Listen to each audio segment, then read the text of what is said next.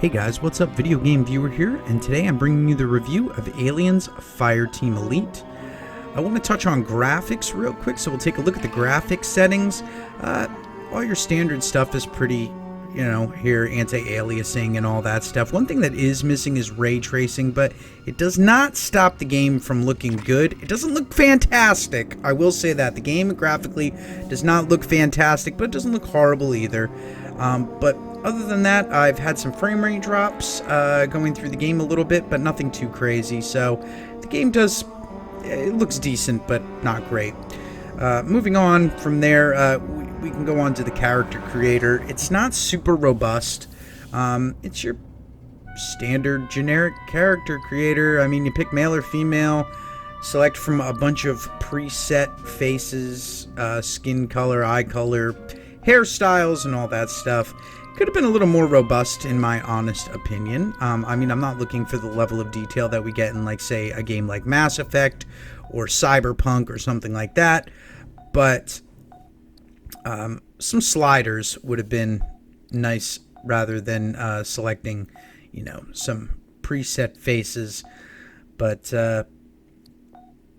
not a huge deal in the grand scheme of things. I do want to move on from graphics and talk about the sound design, but before I do that, I want you guys to just pause for a second and tell me if you noticed something here. We got woke by a distress call. A Dr. Tim Honecker sent a mayday from an orbital refinery. Situation ain't clear, but on the outer rim, there's always a chance of xenomorphs. If you noticed that his lips aren't moving while he's talking, give yourself a pat on the back. This is something that is in every game, and we take it for granted, but it's pretty much a universal standard at this point that you make your character animations lips move when they're talking. And it's not just him, it's everyone you talk to. Their mouths just simply do not move, and I just cannot understand it. I don't know if this is intentional, if this is a bug, but Coldiron Studios, come on, get with the program here. Their mouths should be moving. Who do you have programming these character animations over at your studio? This is unexcusable. Every game has characters now that have moving mouths. But let me move on from that oversight and discuss the sound design, which actually, apart from this, isn't really too bad. There's a great musical score in this game that definitely pays homage to the movies. It really, really sounds great. One thing that I did notice, though, is there is some poor audio mixing in the game. The aliens and the guns, they just don't seem to layer well together. And as you can tell, there's some lackluster voice acting pretty much from everybody you come across in the game. So, I mean, voice acting is not top-notch. Pretty much the musical score is going to be the #1 star here in the sound department, and I really found myself enjoying the music. Again, it paid homage to the movies. They did a really good job. They nailed it spot on. Musical score is fantastic. Rest of the audio, needs a little bit of work. And I'm hoping they can fix some of this stuff, especially the audio mixing that goes on when you're playing the campaigns between the gunfire, your characters' one-liners, and the alien screams. It just blends together and sounds like... It sounds terrible, guys. It really does. The sound, audio layering sounds horrible in this game. But I'm sure by now you're asking yourself, video game viewer, how's the gameplay? Is the gameplay any good? We don't care about the sound or the character creator. How is the gameplay? And I'm going to tell you, it's not bad. I actually had some fun with this. There were a couple problems, but overall, I mean, it's a horde shooter. So it's Left 4 Dead with xenomorphs, maybe? Not really. It's not really Left 4 Dead. It's a little more laid back than that. What I did like was the overabundance of difficulty modes, from everything from, like, casual, which is just basically you want to see the level and get through the story, to standard, which, you know, there's no friendly fire on in standard. The aliens all have like auras around them, so, you know, they're easy to spot and you can aim at them. And then there's like, I think, insane or intense or something. I forget exactly what it's called. But that has light friendly fire on, and the aliens don't have any auras, and their attacks are stronger. It says that that's actually recommended how the game is meant to be played. And then there's like 2 more difficulties above that, and then there's insanity, where like you can get 1 hit killed. It's just has a lot of replayability just based on the difficulty modes alone. And then you have like 4 or 5 different campaigns, which you have to beat them in order to unlock the next one. So I like that. You know, it's got a lot of set piece moments where like it's like, you know, wait for this elevator and face the big overwhelming wave. And I have to admit, like, I felt that tension at certain points in the campaign missions where I was like, man, we're really in the shit. You know, it felt like the movie Aliens. You know, I had that game over, man moment. And, but unfortunately, they were a little too far and few between. I mean, the AI is really stupid in this game, and I don't know if that was because of the difficulty level I was playing on, but playing it on a one difficulty higher, it didn't really seem to make a difference in the AI. It just made a difference in the AI numbers.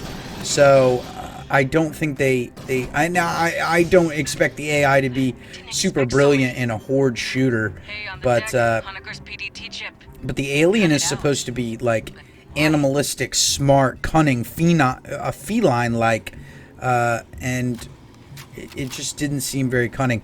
I literally watched some aliens drop out of a duck and literally plop down in the same spot, one after the other, 5, 6, 7, 8 times, where I was just blowing away their buddies, and they just continued to fall into my bullets for cannon fodder. What I did like was you had a lot of special abilities in this game. You start out with some special abilities or perks, whatever you want to call them, and but you can unlock a lot more. They had a plethora. I promise I can speak English. A plethora of special abilities and perks that you could choose from. I mean, like, the list went on in the store, because there's a shop that you can go to and you can buy these, and you can buy weapons and consumables and different stuff like that. You can level up, you can, you know, so you have more damage output. You can put different attachments on your guns that all boost that stuff. It felt very Division-y. If I had to compare it to a game, it felt like The Division, where different attachments affected different stats for the weapon. Other than that, just like I said, tons of weapons and perk attachments. No tension building in this, though, playing through the mission. It was, once the gas pedal was pushed, it was all the way to the floor. Some people are going to like this. I personally didn't. I would have liked to have seen more tension, something akin to the first Alien movie, or the game Alien Isolation, where, you know, we hear the running in the duct. You know, maybe we catch a glimpse of an alien running across a hallway down at the end, and then, you know, slowly the swarm starts to come and starts to build up, and then it doesn't let up. I wanted there to be more of building the tension, the dread, the horror, but it was just like, okay, nothing's happening, and then bam, you're a swarm of xenomorphs is thrown at you, and that's it. It's full throttle for the rest of the campaign, and it does not let up, which brings me to my next point. There's no rest in the action. There has to be highs and lows. You have to be able to catch your breath, process what just went down, get with your teammate, communicate, heal up, patch up, find ammunition. There has to be lulls in the action. And there are, but they're not enough of them, or they're not far enough apart. So I really didn't like that. So that's basically gameplay in a nutshell. What you're seeing here is what you're going to be doing for pretty much every campaign in the game for the whole campaign. And it's not going to be any different. There are different xenomorphs that will attack you. There's bursters, spitters, prowlers.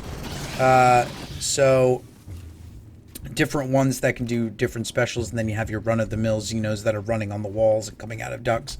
But other than that, it's a total blast fest. I felt the controls were pretty intuitive. They weren't hard to get used to. I'm playing on PC. I'm sure they're fairly easy on PlayStation and Xbox, which this is also available on consoles as well. So that's gameplay, and this is it. So you know, there's not going to be anything to mix it up really other than this, which is fine because I feel like the difficulty levels are what give it the replayability. But moving on from there, let's discuss story. Now, the story of this game, to be honest, is just kind of bland and forgettable. I found myself really not paying attention to it at all or caring about the story. But with that said, I can tell that they did put some love into the lore of the Alien series. They've pulled things out of the novels. I can tell I've read a lot of the Alien novels. They pulled from various sources, the movies, the novels, even Alien Isolation. So, but as far as the storyline goes, it's pretty forgettable. So the game's story is a sequel to the Alien trilogy. It's set 23 years after the original films. You know, you play as a colonial marine on board the USS Endeavour, and your spaceship is tasked with responding to a distress call from the outer colonies or something like that. So, and obviously, when you get there, you encounter xenomorphs, and as a badass colonial marine, it's your job to go bug hunting and get rid of them. So, that's the storyline. You're gonna forget it as quickly as I did, but I hope they continue to add to the lore, because if you talk to some people around the USS Endeavour, you will get snippets of actual alien lore, which I thought was really cool. You know, they discuss in-depth Seegson, which was, you know, poised to take on Weyland-Yutani as, you know, a corporation. And, you know, just other little things like that, little nods to the novels that I felt, you know, alright, the people, Cold Iron Studios, the people who made this game, they did their homework, or they were at least fans of the series. So, in that respect, I feel like they did a pretty good job. Story, yeah, could have used a little bit of work, but it's a horde shooter, and I'm not really too disappointed. Are we here to have a storyline, or are we trying to kill some Xenos? So one thing I did forget to mention, though, guys, is the game has 5 character classes. There's a gunner, a demolisher, a technician, a doc, and recon. And they all have their own special abilities and perks and stuff like that that go along with them, and they can each be leveled up individually as you play them. So you could play the gunner, get him completely leveled up, and then go to play as Doc, and he has absolutely nothing. But some of the perks can be carried over, and there's, you know, they can be shared between classes, so you would still have those obviously unlocked. And if I didn't keep the ship's stores in the background here, you know, the gameplay I'm showing here, you can just see all the stuff you can actually buy in the store and stuff, and you can see it's quite an abundance of stuff to unlock, different attachments that I mentioned earlier in the review and stuff like that. But Anyway, guys, I think that's about all I have to say for Alien Fireteam Elite. It's an okay game. It's not great. It's fun for now, but I'd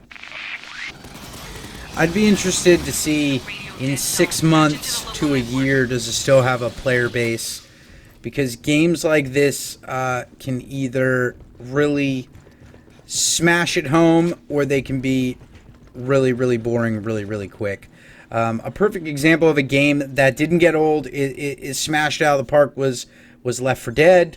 Obviously, I can't play this game and not compare it to Left 4 Dead, so because that is also a horde shooter. That was a fun game. I have hours and hours and hours and hours of fun with my friends playing Left 4 Dead. Can I get the same enjoyment out of Aliens Fireteam Elite? Probably not, guys, to be honest with you. Probably not. I mean, I probably will play this for maybe a month tops and then never touch it again. It was like Predator hunting grounds. It was fun for a while, but it got stale. What's going to keep this game alive is constant updates, something that's going to refresh the gameplay. I'd like to see an update where maybe you're allowed to play as one of the special Xenos and you are trying to maybe take down the fire team. That would be a cool mode. That would breathe new life into it later on down the road. Right now it's new, so everyone's going to play it as is, but they have to continue to come out with updates that are going to keep the gameplay feeling fresh, unique, and interesting, or this game is going to be dead in 6 months to a year. Mark my words. So, with that said, guys, I want to love Alien Fireteam Elite. Unfortunately, I'm giving it a 7 out of 10. It's good, but is it going to stand the test of time? And the honest answer is probably not. Anyway, guys, make sure you hit that like button if you enjoyed this review. Make sure you also leave a comment below telling me what you think. Have you played Alien Fireteam Elite? Do you like it? What are your thoughts on it? And as always, hit that subscribe button. Hit that notification bell as well, because what's the point of hitting that subscribe button if you're not notified when I upload more content like this? I'll catch you guys in the next one.